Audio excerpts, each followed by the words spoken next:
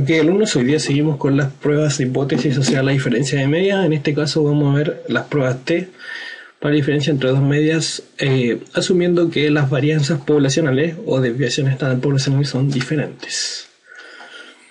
Entonces, para poder usar este procedimiento debe cumplirse lo siguiente, tal como aquí se indica, ¿no? Ambas poblaciones son normales, son independientes entre sí las muestras y las poblaciones también, y tienen distinta varianza. El estadístico es ese, el T, y el cual sigue una distribución T-student, ¿no es cierto? Es una variable estandarizada que tiene aproximadamente una distribución T, como ya aparece, ¿cierto? Y con grados de libertad, los cuales se calculan a partir de esta fórmula un poco engorrosa.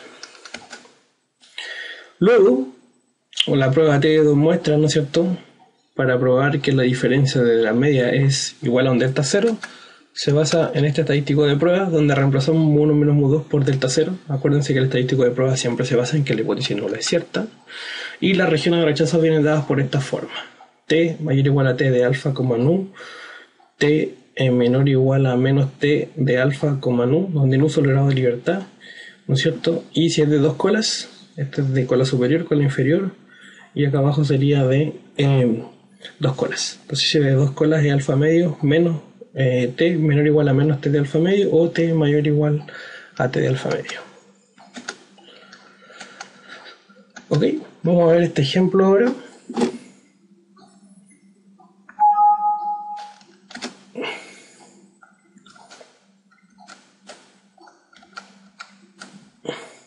Ok, el ejemplo dice lo siguiente. La siguiente tabla, ¿no es cierto?, muestra información sobre la resistencia a la tensión, medidas en PSI, de especímenes de forros que podrían ser utilizados para proteger tuberías en procesos con y sin fusión. Entonces tenemos dos procesos, sin fusión, ¿no es cierto?, y con fusión, ¿no? El tamaño de observaciones o el tamaño de la muestra, ¿no es cierto?, para sin fusión es 10, m igual a 10, y para con fusión es 8, ¿no? El promedio, la resistencia promedio muestral a la tensión resultó ser 2902,8 PSI en el caso de sin fusión, del proceso de sin fusión, y en el caso del proceso con fusión 3108,10. Y estas son las desviaciones estándar muestrales que se obtuvieron, también medidas en PSI. Investigadores afirman que el proceso de fusión, o sea segundo, aumenta la resistencia promedio de la tensión. Suponiendo normalidad y que las varianzas poblacionales son distintas, ¿respaldan los datos esta conclusión? Bueno, partamos igual que siempre con los pasos básicos, ¿no?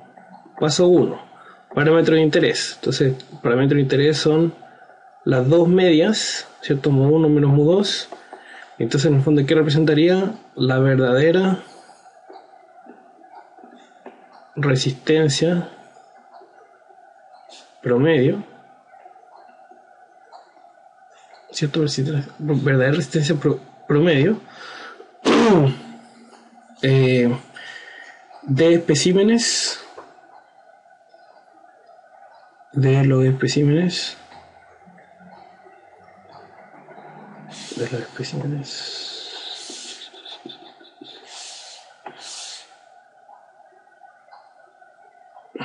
verdadera resistencia promedio de los especímenes y de los especímenes de forros.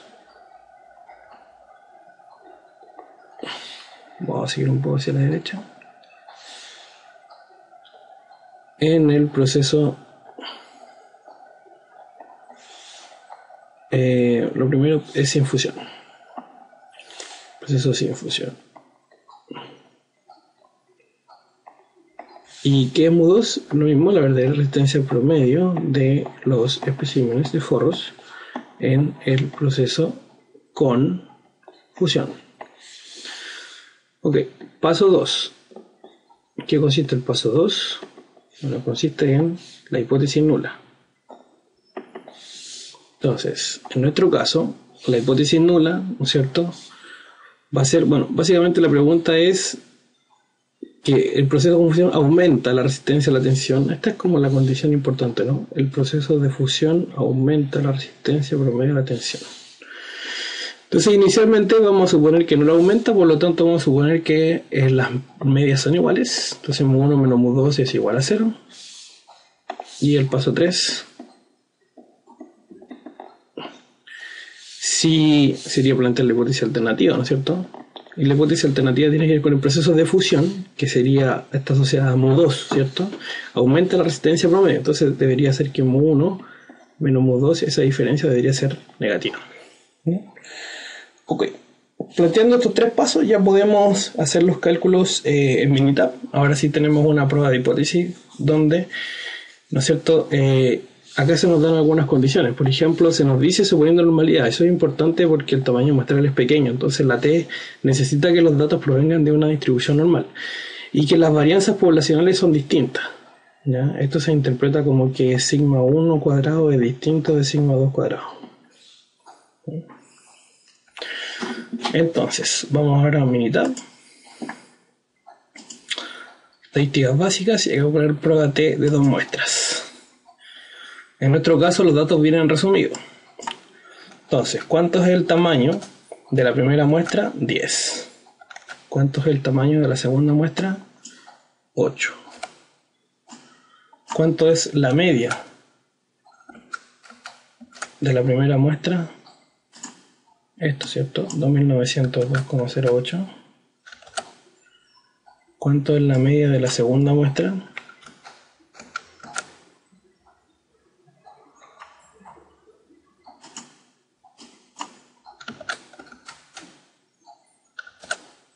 ¿Y cuántas son las desviaciones estándar?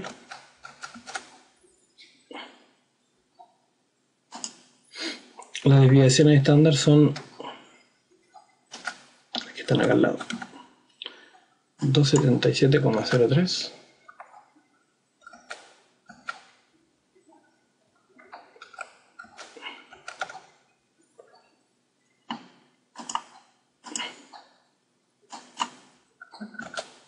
Y el otro valor es 205,09.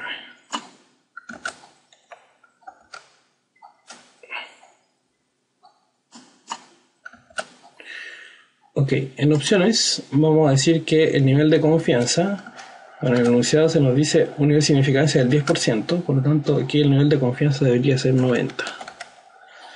La diferencia hipotética es 0 y es una prueba que es menor que. ¿Por qué es menor que? Porque es de cola inferior, ¿sí? Tal como está planteado en la hipótesis alternativa, ¿no?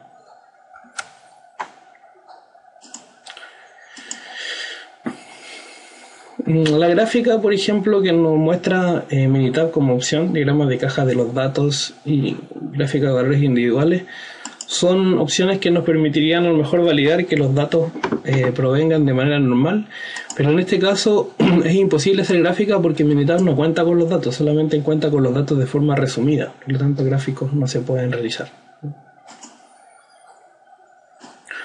Aceptar. Y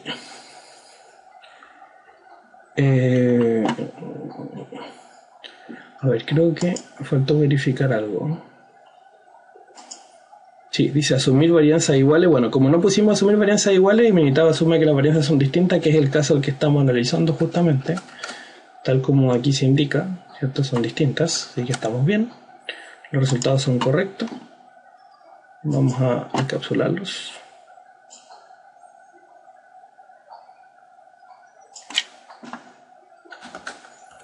Lo llamo a la planilla Excel.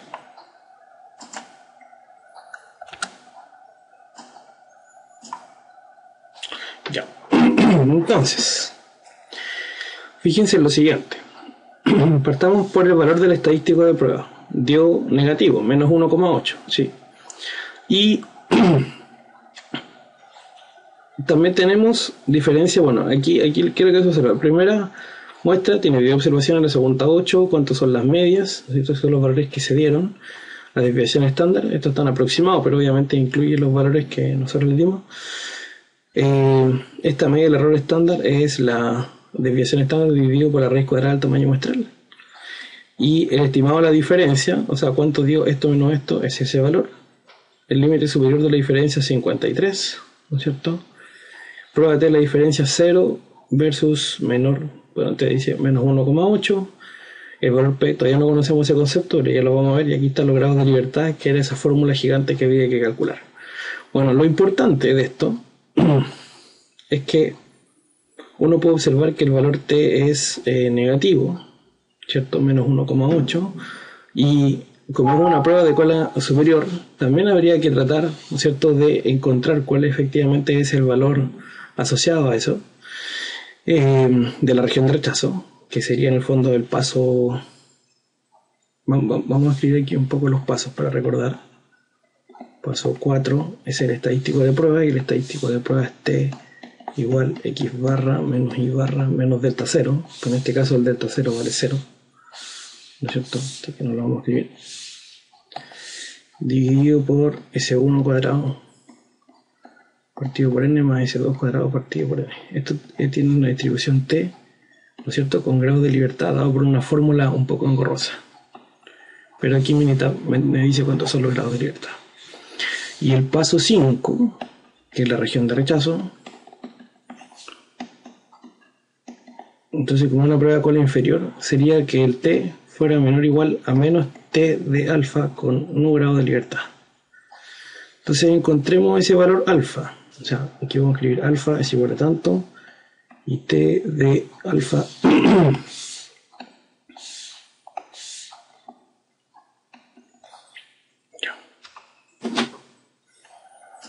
entonces, ¿cuánto dio alfa? Bueno, alfa, según aquí dice que es 10%. ¿Y cómo sacamos el valor de T? Con la distribución T-student. En este caso, la inversa, porque son los percentiles. Ya, cuando nos pide probabilidad, acá sí hay que tener ojo. Excel lo que hace, bueno, si vamos a la ayuda rápidamente, así vamos a ver rápidamente la ayuda para que aclarar un poco el punto que quiero hacer hincapié. Excel lo que hace es que, tal como se indica acá, la probabilidad él la está repartiendo en dos colas, la reparte hacia arriba y hacia abajo. Por lo tanto, si nosotros ingresamos probabilidad 10%, no nos serviría, porque como nosotros queremos que abarque hacia abajo el 10% del área, entonces tendría que repartir un 20%, de tal forma que arriba sea 10 y abajo sea 10 también, ¿no? Porque es simplemente porque así trabaja esta función en Excel, ¿no? Y eso se indica o se explica en esta línea de la ayuda, ¿no? Entonces, teniendo claro eso, la probabilidad sería 2 veces alfa. Para este caso, para pruebas que son de una cola. Cuando la prueba es de 2 colas, no es necesario hacer eso, porque Excel se encarga de dividir en 2 el valor que ustedes tienen del nivel de significancia. Y los grados de libertad son 15. Entonces el valor nos dio 1,34. Entonces lo que uno tendría que ver es menos 1,8 es más chico que menos 1,34. O sea, en el fondo la región de rechazo la podemos reescribir aquí. Sería los T menores o iguales a menos 1,34. Bueno, y efectivamente el valor del estadístico de prueba dio más chico, ¿no es cierto?, que ese valor. Por lo tanto, uno debe decir que rechaza, ¿sí? O sea, si seguimos resumiendo por pasos, el paso 6 es el cálculo del estadístico, y el estadístico dio menos 1,8. Y el paso 7 son las conclusiones. Entonces uno tiene que decir que como T igual a menos 1,8, ¿cierto?, es más pequeño que menos 1,34, que es el T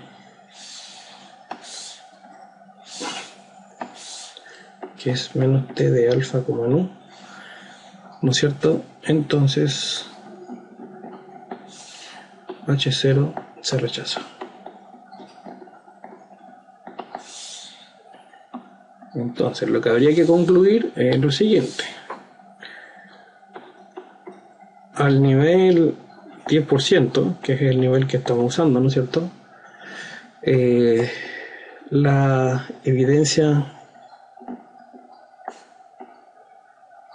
muestral es suficiente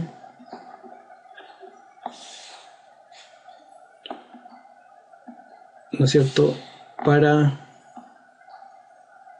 es suficiente para apoyar la teoría de los investigadores.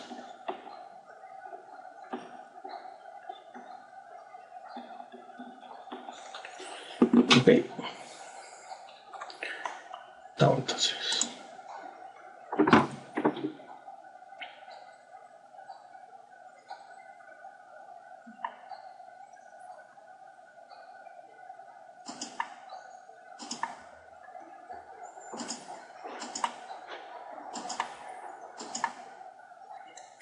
Ok, vamos a seguir con la prueba T para la diferencia entre dos medias. Acuérdense que esto se basa en muestras que son pequeñas y poblaciones que son normales.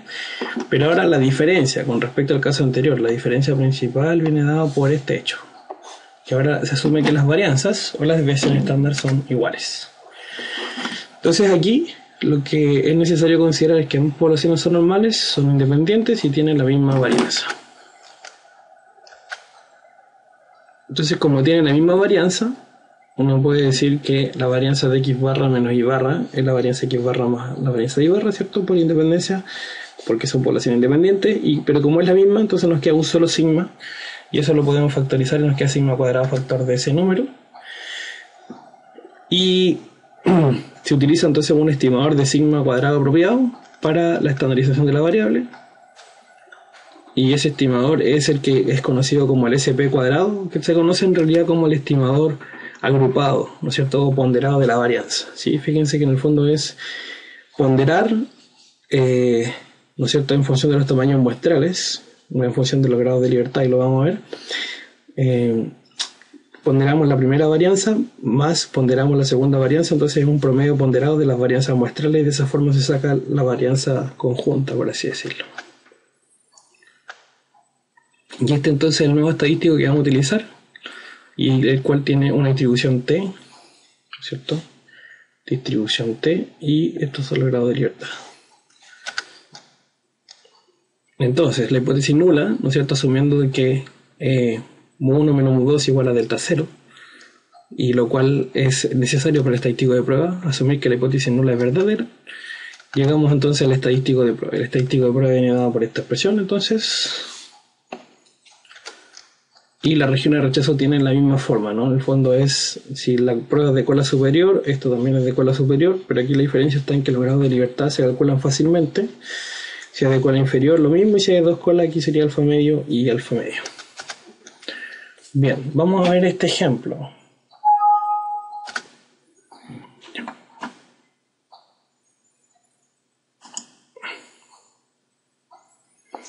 Entonces, leamos, dice: la compañía SureStep fabrica trotadoras de alta calidad para gimnasios.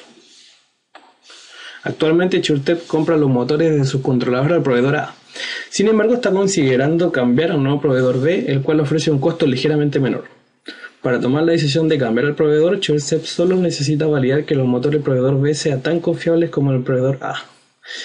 Ahora, ¿cómo mide esa confianza? SureStep dice instalar 30 motores del proveedor A en 30 trotadoras, así como 30 motores del proveedor B en otras 30 trotadoras. Una vez instalados los 60 motores, ¿no es cierto?, 30 de cada proveedor, hace funcionar las trotadoras bajo condiciones regulares, imitando entonces el uso dado por un típico gimnasio, y registra la duración en horas cerradas de cada motor instalado en la trotadora respectivamente hasta que falla. Los datos se muestran a continuación. Estos son los datos que se obtuvieron. Acuérdense que son 30 por cada proveedor, en el fondo son 60 observaciones. Asumiendo las duraciones de ambos motores que son normales y con igual varianza. Con igual varianza y son normales estos tiempos.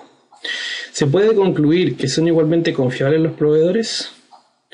O sea, se puede concluir que el rendimiento promedio, ¿no es cierto?, o la duración promedio en horas es la misma. Usemos un nivel de significancia del 5%.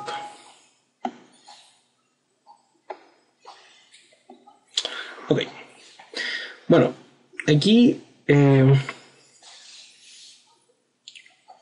básicamente, bueno, el paso 1, para avanzar un poco más rápido, el paso 1, acuérdense, son los parámetros de interés. Los parámetros de interés, ¿cuáles son?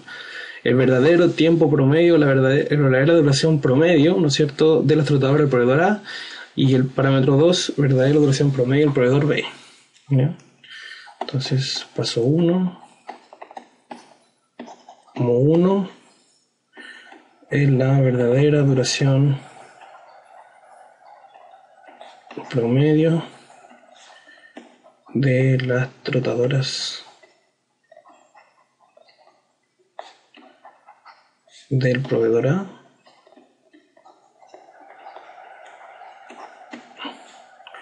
y mu2 lo mismo, ¿cierto? Idem, pero para el proveedor B. El paso 2, la hipótesis nula. Bueno, inicialmente lo que se asume es que son igualmente confiables, por así decirlo. Entonces la hipótesis nula es que esa verdadera diferencia vale 0. Paso 2, paso 3, perdón, hipótesis alternativa. Bueno, aquí, entonces lo contrario, o sea, como la pregunta es, ¿se puede concluir que son igualmente confiables? Entonces el peso de la prueba iría en demostrar de que no son igualmente confiables y que son distintas. Implicaría que mu1 menos mu2 sea distinto de 0. ¿Ya? Eso es. Ok, y bueno, alguien podría pensar que tiene que ver también en relación con, ¿no es cierto? Si, por ejemplo, el proveedor B dura más que el proveedor A, esta diferencia es negativa, ¿no? Y lo cual igual serviría, pero la pregunta del problema es, claro, dice, ¿se puede concluir que son igualmente confiables? Entonces, igualmente confiable significa esto, versus la alternativa de que no son igualmente confiables es esto. Va a decir que cualquiera de las dos dura más que la otra, ¿sí? Esa es un poco la idea. Bueno, de alguna forma eso lo podemos plantear, aunque alguien también podría pensar en una prueba, insisto, de cola inferior, ¿no es cierto? Pensando en que el proveedor B dura más que el proveedor A. También podría ser eso válido, pensando en que la compañía está pensando en cambiarse de A a B, ¿no? Porque B es un poco más barato, ¿no? Podría ser una opción, ¿no? Entonces podríamos plantearlo como una alternativa.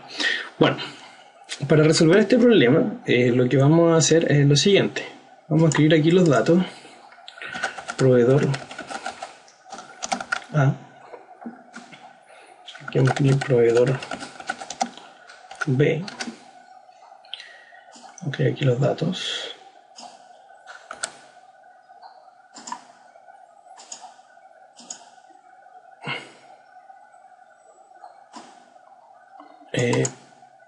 Vamos a hacer un pegado especial para transponer estos valores. Y los otros del proveedor A son estos.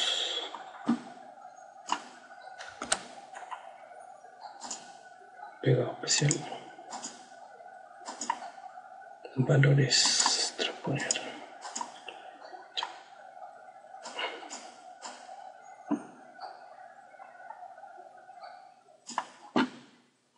Ok, el proveedor B hacemos lo mismo. Seleccionamos todos estos datos que están acá. Pegado especial, valores transponer. Y acá lo mismo.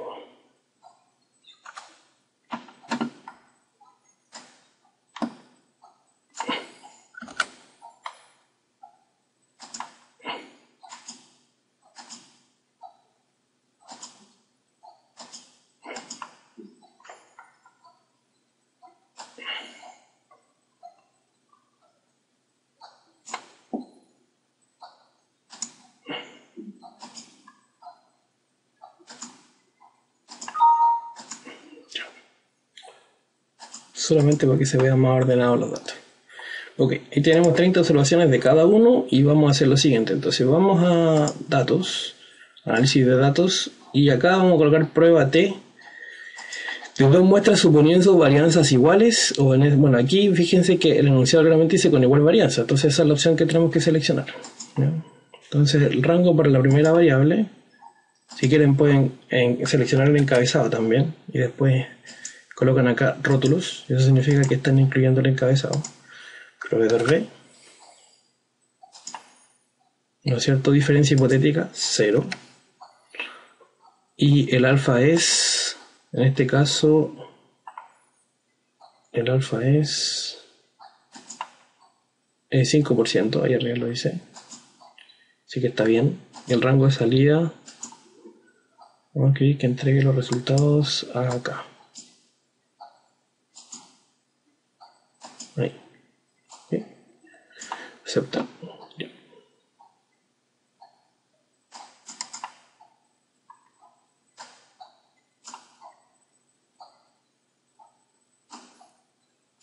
Ok.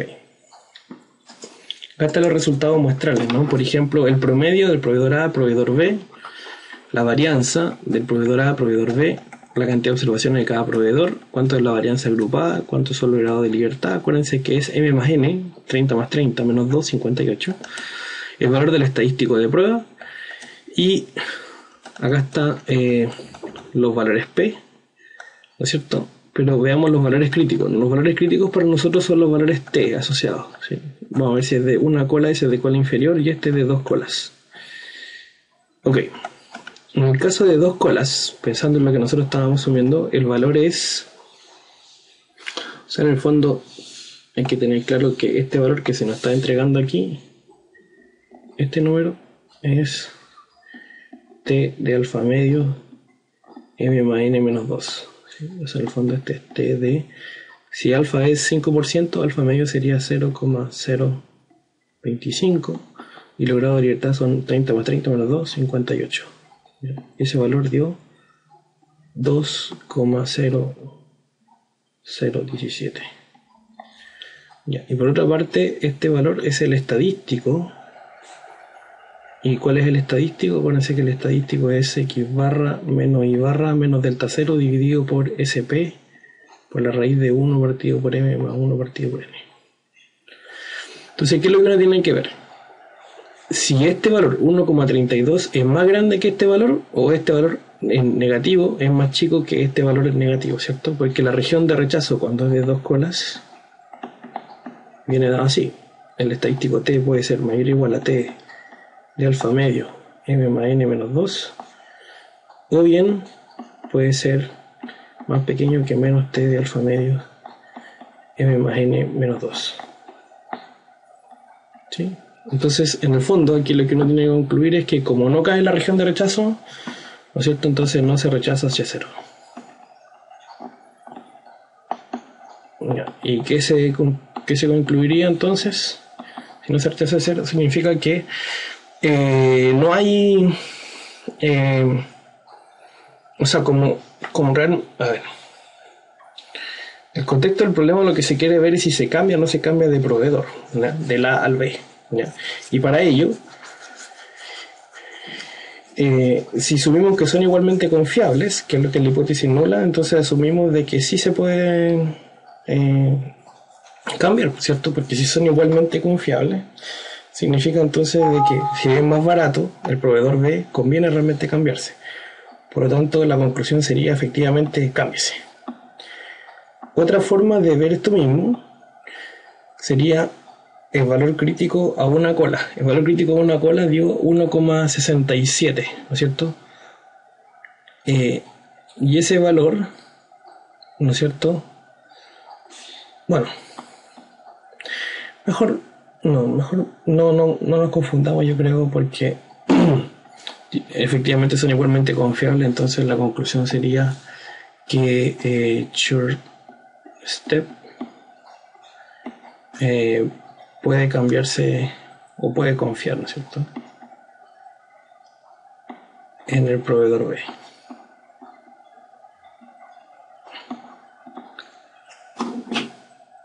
Ok, estimados, terminamos este video por ahora.